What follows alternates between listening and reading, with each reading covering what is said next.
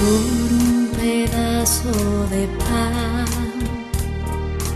y por un poco de vino. Yo he visto a más de un hermano volverse un hombre mezquino. El maestro dijo a los discípulos: cuidado con los falsos profetas que se acercan con piel de oveja, pero por dentro son lobos rapaces. Por su fruto los conoceréis. ¿Acaso se cosechan uvas en las zarzas o higos en los cardos? Evangelio según San Mateo, capítulo 7, versos 15 al 20.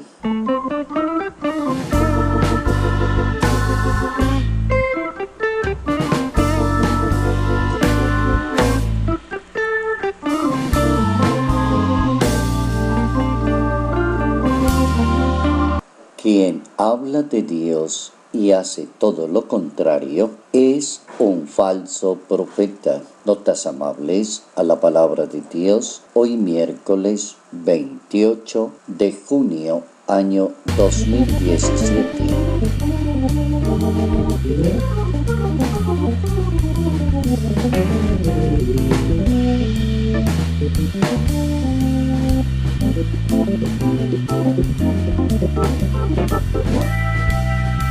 Dentro del espíritu del Sermón de la Montaña aparece una cantidad de recomendaciones como finales de Jesús de Nazaret para con todas aquellas personas que lo siguen, como dando una serie de advertencias y proponiendo una serie de comportamientos, dando una serie de advertencias para estar vigilantes y para estar atentos, que con el tiempo la religión para algunas personas se convertirá en un modus vivendi, en una manera de engañar a los demás, en una manera de cambiar la mentalidad, en una manera de frenar psicológicamente a cantidad de comunidades. Y el maestro prevé lo que va a suceder en el futuro. Y en ese capítulo 7 del Evangelio según San Mateo, como que da unos elementos que advierten, en primer lugar, saber escoger el camino correcto. En segundo lugar, los profetas se conocen por los frutos. En tercer lugar, no solo hablar, sino practicar. Como quien dice, no hay que contentarse tanto con moralizar y estar predicando o diciéndole cosas a los demás, sino que también la persona debe dar ejemplo y practicar la justicia de Dios.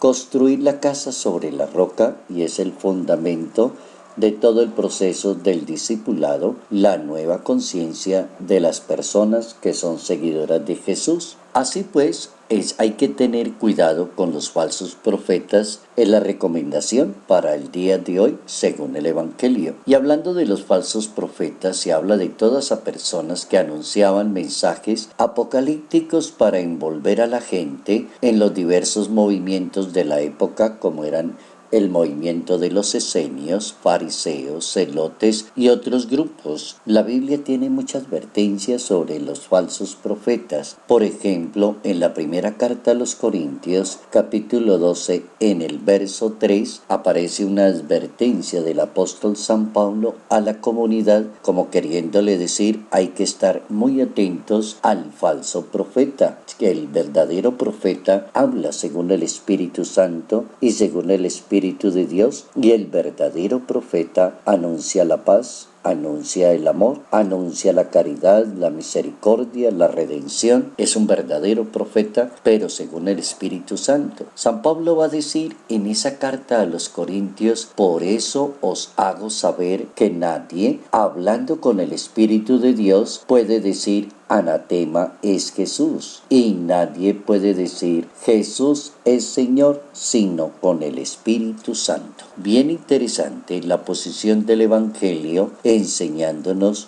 una actitud que debe ser la del hablar y la del actuar. El Papa Francisco le da mucha importancia a esos dos verbos en las personas que practicamos una religión, el verbo hablar y el verbo actuar. Y el Papa Francisco dice que cuando los dos verbos se vuelven un binomio espiritual, entonces tendremos un buen profeta, un buen proclamador de la palabra, un buen educador en materia de fe, una persona que habla suficientemente y una persona que actúa ampliamente, que practica siempre la caridad y la misericordia. La manera sutil de conocer un falso profeta y el criterio a seguir son los frutos, son las obras y son las maneras de actuar de las personas. Eso es lo que recomienda la Sagrada Escritura. Por un pedazo de pan